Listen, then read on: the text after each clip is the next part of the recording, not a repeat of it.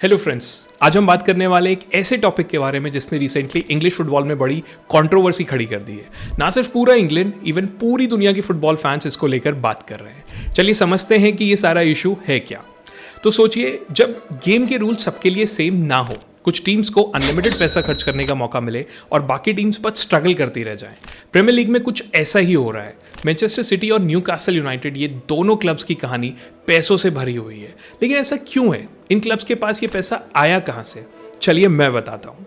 ये दोनों clubs state own clubs माने जाते हैं, अनलाइक अदर स्मॉल क्लब्स जिनके ओनर कोई एक नॉर्मल बिजनेस पर्सन या कुछ इन्वेस्टर्स का ग्रुप होता है। आप ये मान लीजिए ये दोनों क्लब्स दो कंट्री के फंड से चल रहा है, अबू धाबी या फिर यूएई एंड सऊदी अरेबिया से। अब आपको शायद थोड़ा अंदाजा हो गया होगा कि इंग्लैंड में ये इतना हॉट टॉपिक क्यों है इस टाइम पर। उस इशू पर जाने से पहले समझते हैं कि ये स्टेट ओन का एग्जैक्ट मतलब होता क्या है। देखिए, जब कोई स्पोर्ट्स टीम किसी गवर्नमेंट से जुड़ी एंटिटी के हाथ में होती है, उसे हम स्टेट ओनरशिप कहते हैं। इस मॉडल में फाइनेंशियल पावर इतनी ज्यादा होती है कि नॉर्मल रेवेन्यू सोर्सेज जैसे ticket sales, merchandise and even regular sponsorship कुछ भी नहीं लगते हैं। आप खुद सोचिए, जब कोई एक कंट्री या उसकी गवर्नमेंट किसी चीज को फंड करेगी तो क्या कोई भी कंपनी या बिजनेसमैन उनके लेवल का पैसा इन्वेस्ट कर सकता है? हम सब इसका आंसर जानते हैं, नहीं। वहीं पर अगर दूसरे क्लब्स की बात करें तो उनके ओनर्स या तो कोई बिजनेसमैन है, कुछ फर्म्स या फिर ग्रुप ऑफ इन्वेस्टर्स, जिनके लिए टिकट सेल्स, मर्चेंडाइज, स्पॉन्सरशिप काफी मैटर करती है, क्योंकि इससे वो क्लब रन करते हैं, प्लेयर्स बाय करते हैं, स्टाफ को पे करते हैं। तो आप समझ सकते हैं कि इन सब के लिए ये इतना इंपॉर्टेंट क्यों है।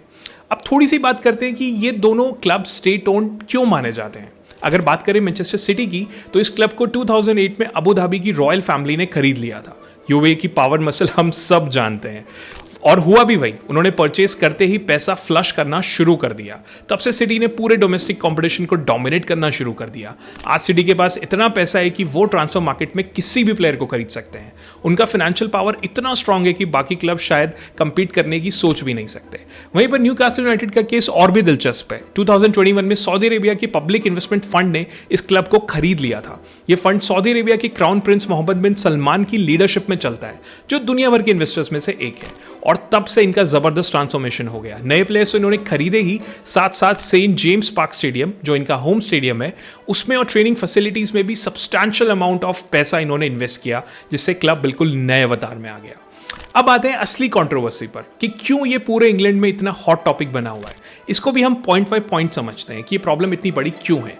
First point, fairness and financial regulation या एफएफपी। ये क्लब्स मार्केट में सबसे ज्यादा खर्च कर सकते हैं एंड इवन करते भी हैं, जिससे लीग का कॉम्पिटिटिव बैलेंस बिगड़ रहा है। मैचेस काफी प्रेडिक्टेबल हो रहे हैं, एक्साइटमेंट कम हो रही है। यूएफए ने इन सब से बचने के लिए कोशिश की थी एफएफपी रेगुलेशन लाकर, ताकि क्लब्स अपने रेवेन्यू से ज्यादा खर्च ना कर पाए। लेकिन इन स्टेट ओन क्लब्स ने इन रूल्स का आसानी से वर्क अराउंड ढूंढ लिया। मैनचेस्टर सिटी ने एफएफपी रूल्स को बाईपास करने के लिए एक बहुत स्मार्ट स्ट्रैटेजी अपनाई। क्लब ने अबू धाबी से कनेक्टेड कंपनीज जैसे एतिहाद एयरवेज के साथ इन्फ्लेटेड स्पॉन्सरशिप डील्स किए, जहां मार्केट वैल्यू से कई गुना ज्यादा पेमेंट हुई। यूथ डेवलपमेंट और इंफ्रास्ट्रक्चर के भी हैवी इन्वेस्टमेंट की, जो एफएफपी कैलकुलेशन से एग्जेम्प्ट थी। मल्टीपल क्लब्स का नेटवर्क बनाया और इंटेलेक्चुअल प्रॉपर्टी राइट्स मोनेटाइज किए। टेक्निकली रूल्स फॉलो करते हुए भी अनलिमिटेड स्पेंडिंग करने का रास्ता ढूंढ लिया। तो ये क्लब्स एफएफबी भी बड़े आराम से पार कर सकते हैं। Second, sports washing and political concern. अगर हम बात करें स्पोर्ट्स वॉशिंग की, तो इस पूरी कंट्रोवर्सी का ये बहुत बड़ा हिस्सा है। स्पोर्ट्स वॉशिंग तब होती है जब कोई कंट्री स्पोर्ट्स का यूज करती है अपनी ग्लोबल इमेज सुधारने के लिए। सऊदी अरेबिया और यूएई पर आरोप लगते हैं कि वो फुटबॉल क्लब्स का यूज कर रहे हैं अपनी पॉलिटिकल इश्यूज और ह्यूमन राइट्स के टॉपिक से ध्यान हटाने के लिए, जो इन पर लगते हैं due to their political doings. Simple भाषा में समझाएं तो स्पोर्ट्स के जरिए अपनी नेगेटिव इमेज को पॉजिटिव करने की कोशिश। Third, impact on league dynamics. League dynamics पे भी इसका गहरा असर पड़ रहा है। जब स्टेट बैक क्लब्स अनलिमिटेड पैसा खर्च कर सकते हैं, तो सबसे अच्छे प्लेयर्स उन्हीं के पास जाते हैं। इसका रिजल्ट ये होता है कि लीग का कॉम्पिटिटिव नेचर खत्म हो जाता है, छोटी टीम्स के लिए कंपीट करना मुश्किल हो रहा है और फैंस का इंटरेस्ट भी कम हो रहा है। अब हम समझ गए होंगे कि ये इशू क्या है और ये क्यों इतना सेंसिटिव एंड बड़ा बन गया है। अब देखते हैं कि ये इशू बना कहां से। लॉर्ड बेसम, जो एक ब्रिटिश पॉलिटिशियन, उन्होंने एक बहुत बड़ा प्रपोजल रखा है कि उनका कहना है कि प्रीमियर लीग में स्टेट ओनरशिप पे कंप्लीट बैन होना चाहिए। उनकी सोच है कि इससे लीग की इंटेग्रिटी और कंपिटिटिव नेचर वापस आएगा। अगर ये प्रपोजल पास हो गया तो मैनचेस्टर सिटी और न्यूकासल यूनाइटेड के लिए बहुत बड़ी मुश्किल खड़ी हो जाएगी। इस प्रपोजल पे रिएक्शन मिक्स्ड है। मैनचेस्टर सिटी का कहना है कि उनकी फाइनेंशियल प्रैक्टिसेस को गलत तरीके से पेश किया जा रहा है। उनका क्लेम है कि उनकी सक्सेस सिर्फ मैनेजमेंट डिसीजन और स्ट्रेटेजिक प्लानिंग की वजह से है। न्यूकासल के यूनाइटेड फैंस भी खुश हैं क्योंकि नई ओनरशिप से उनको एक नई इमेज देखने को मिल रही है एंड क्लब का बेटर फ्यूचर सामने दिख रहा है। अगर हिस्ट्री में जाएं तो कुछ साल पहले मैनचेस्टर सिटी और यूएफए के बीच एफएफपी वायलेशंस को लेकर एक लीगल बैटल हुई थी, जो मैं ऑलरेडी ऊपर बता चुका हूं। लेकिन obviously court of arbitration for sport ने उनका केस ओवरटर्न कर दिया था और इसी डिसीजन से फुटबॉल में फाइनेंशियल रेगुलेशन की इफेक्टिवनेस पर सवाल उठने लगे थे, क्योंकि सबको समझ में आ गया था ये सोल्यूशन नहीं है, क्योंकि ये क्लब्स इसको भी बाईपास कर लेंगे। अब सवाल ये है कि फुटबॉल का फ्यूचर क्या होगा। अगर स्टेट ओनरशिप कंटिन्यू हुई तो क्या गेम सिर्फ पैसे का खेल बनकर रह जाएगा, या फिर नए रेगुलेशंस आएंगे जो इस मॉडल को कंट्रोल कर पाएंगे? क्या छोटी टीम सर्वाइव कर पाएंगी? फ्रेंड्स, मेरे हिसाब से ये सिर्फ फुटबॉल की बात नहीं है, ये उस डायरेक्शन की बात है जिस तरफ मॉडर्न स्पोर्ट जा रहा है। क्या हम चाहते हैं कि हमारा फेवरेट गेम सिर्फ पैसे के दम पर चले, या फिर जिन फैक्टर की वजह से हम इसको प्यार करते हैं, जैसे कॉम्पिटिशन, पैशन और प्योर टैलेंट, उसमें अभी भी रहे?